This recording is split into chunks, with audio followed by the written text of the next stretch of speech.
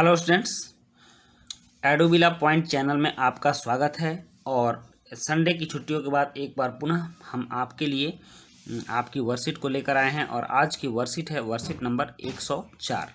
तो ये 104 worksheet class 4 के बच्चों के हिंदी की वर्कशीट है, जो कि आपके रिमझिम किताब से लिया गया है। और पाठ का नाम है स्वतंत्रता की ओर।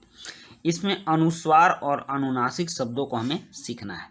तो बच्चों, वर्कशीट शुरू करने से पहले मैं आपको बता दूं कि आपने चैनल को अभी तक सब्सक्राइब नहीं किया है, इसलिए चैनल को सब्सक्राइब कर लें और बेल आइकन का बटन भी दबा दें, ताकि इस चैनल पर आए सारे वीडियो के नोटिफिकेशंस आप तक पहुंचते रहें। चलिए शुरू करते हैं। अनुस्वार और अनुनासिक शब्द क्या होते हैं? प्यारे बच्चों, आपने पाठ स्वतंत्रता की ओर को अच्छे से पढ़ा होगा। आइए पाठ में आए कुछ शब्दों पर ध्यान देते हैं, जैसे स्वतंत्रता, गांधी, बिंदा, हंसा, फूंक आदि। ये सभी शब्द उस पाठ में आए हैं। वे शब्द जिन्हें बोलते समय ध्वनि नाक से निकलती है और जिन्हें लिखने के लिए बिंदु का प्रयोग किया जाता है। किसी शब्द के ऊपर जो ये वाला बिंदु लगाते हैं तो इसको हम लोग बिंदु कहते हैं या अनुस्वार कहलाते हैं। और जब ये बिंदु लगाया जाता है तो अनुसार वाले शब्द कहलाते हैं, जैसे गंगा, पतंग। तो आप देखिए गंगा पर भी बिंदु लगा हुआ है और पतंग पर भी ये बिंदु लगा हुआ है। उसके बाद है वे शब्द जिन्हें बोलते समय मुंह से अधिक और नाक से कम ध्वनि निकलती है और जिन्हें लिखने के लिए चंद्र बिंदु मतलब ऐसा आधा चांद का आकार बनाया जाता है और उसके बीच में बिंदु दिया जाता है, तो इसको चंद्र बिंदु कहते हैं। चंद्र बिंदु का प्रयोग किया जाता है और इन्हें अनुनासिक शब्द कहते हैं, जैसे चांद, गांव, सांप आदि। तो आपने देखा अनुस्वार वाले शब्द जिस पर सिर्फ बिंदु लगती है और अनुनासिक शब्द जिस पर चंद्र बिंदु लगता है। तो ये चंद्र बिंदु और बिंदु वाले शब्दों को हमें जानना है। अब कह रहा है कि निम्नलिखित शब्दों को पहचान कर नीचे दी गई तालिका में सही स्थान पर लिखिए। जैसे अनुस्वार वाले शब्द आपको इसमें लिखने हैं और अनुनासिक मतलब चंद्र बिंदु वाले शब्द इसमें लिखने हैं। तो चलिए शुरू करते हैं इसको। कह रहा है बंद गोभी। तो बंद गोभी पर आप देख रहे हैं कि अनुस्वार है, तो आप इसमें लिखेंगे बंद गोभी, इसमें लिखेंगे।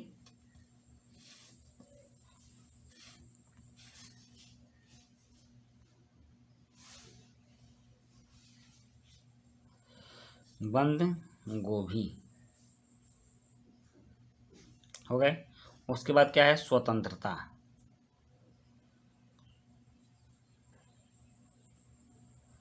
स्वतंत्रता लिख लिया आपने।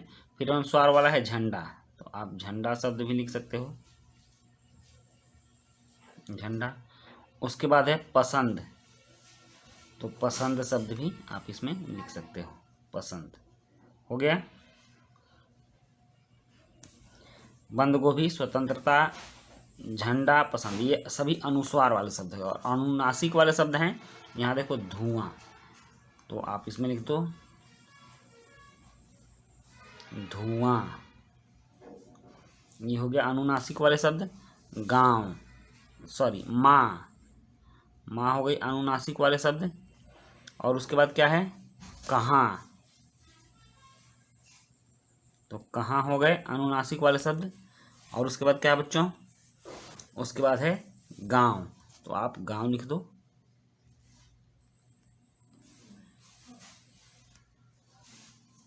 गांव हो गए अनुनासिक वाले शब्द। ओके, तो इस तरह से आपने अनुस्वार और अनुनासिक वाले शब्दों को लिखना सीखा।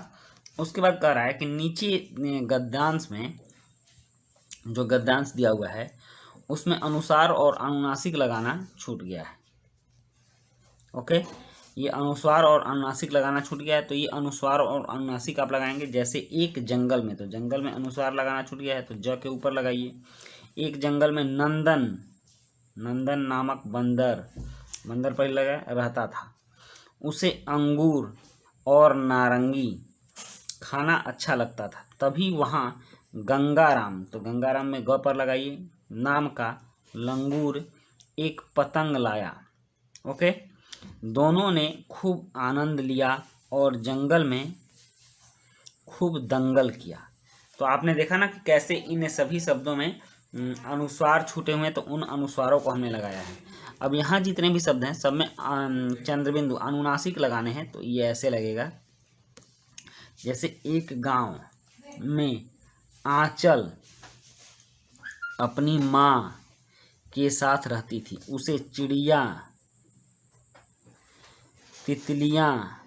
और तितलियाँ बहुत पसंद थी। एक दिन वह तितली के पीछे भागी, तभी वहाँ सांप को देखकर वह कांप गई और गिर गई। उसके दाएं पाँव में चोट आ गई। तो आपने देखा कि किस तरह से हमने अनुस्वार और अनुनासिक का प्रयोग किया और शब्दों को अच्छे ढंग से लिखा। अब कह रहा है, यहाँ प्रश्न 3 है कि प्रस्तुत गद्यांश में चित्र के अनुसार शब्द लिखकर वाक्यों को पूरा कीजिए। यहाँ चित्रों के अनुसार शब्दों को लिखना है। तो मेरा नाम अंकुर है, आप यहाँ लिखोगे अंकुर। मेरा नाम अंकुर है। मैं गांव में, यहाँ गांव होगा। मैं गांव में अपनी माँ के साथ रहता हूँ। हमारा गेहूं का फोटो है तो यहाँ गेहूं होगा। गेहूं का खेत है। मैं रोजाना 5 बजे, यहाँ 5 लिखा है ना, तो 5 बजे लिखोगे। 5 बजे उठकर दांत साफ करता हूँ। क्या साफ करता हूँ? दांत। तो इस पर चंद्रबिंदु होगा। मुझे